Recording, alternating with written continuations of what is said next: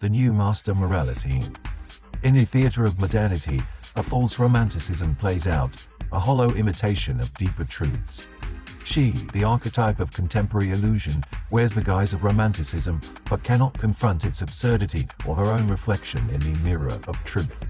To do so would require self-awareness and acknowledgement of the chasm separating her surface from her essence, a truth she fears and denies.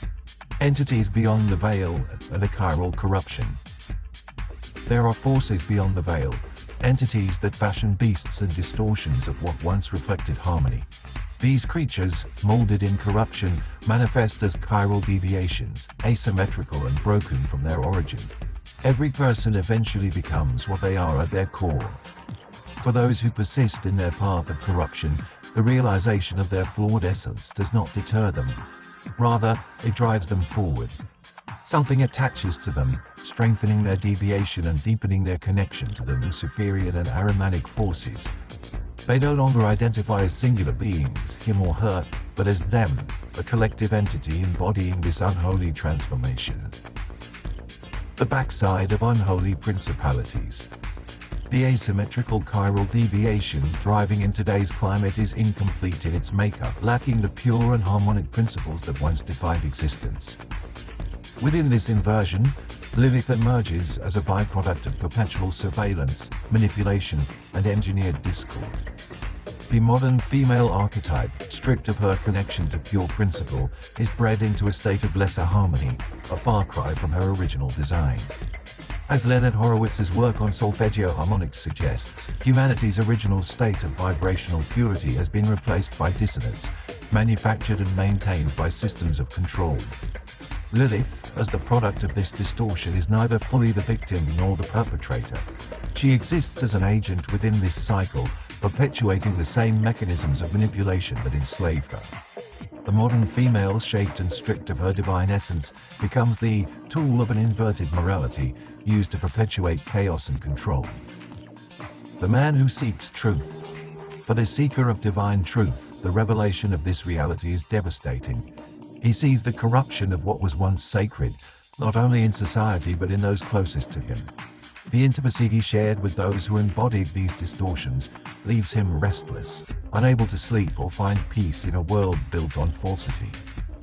The question Nietzsche posed, supposing truth to be a woman, takes on new meaning here. The truth, once feminine and divine, has been replaced by an entity of discord and deception. This is not the playful truth of Nietzsche's philosophy, but a dark unraveling, exposing layers of manipulation and moral decay. The entity behind discord. The entity of discord, working through Lilith and her warlocks, seeks not only to destroy the seeker of pure principle, but to debase the origin of creation itself. This is more than an attack on man, it is an attempt to unseat the pure source of force, to prove that Adam was the mistake and the source of all blame. In doing so, they invert the divine hierarchy, turning the pure source of creation into a target of ridicule and corruption. The goal is not merely destruction, but the complete perversion of truth and origin, leaving nothing untouched by their unholy influence. Intellectual and genetic piracy. The corruption extends to the quantum level, where theft and piracy of intellectual and genetic essence occur. The toil, hardship, and divine realizations of the pure man are reshuffled, bent, and reproduced under the guise of the female's plight. This reshaping is not an organic process. It is manipulated, controlled, and weaponized to serve the entities of inversion. Here, the modern female is not the true perpetrator, but neither is she entirely a victim. She operates within a system that has molded her into a tool of manipulation, designed to perpetuate the cycle of corruption while denying her own divine origin. Conclusion: a new moral battleground. The new master morality is not a morality at all. It is a system of inversion and decay.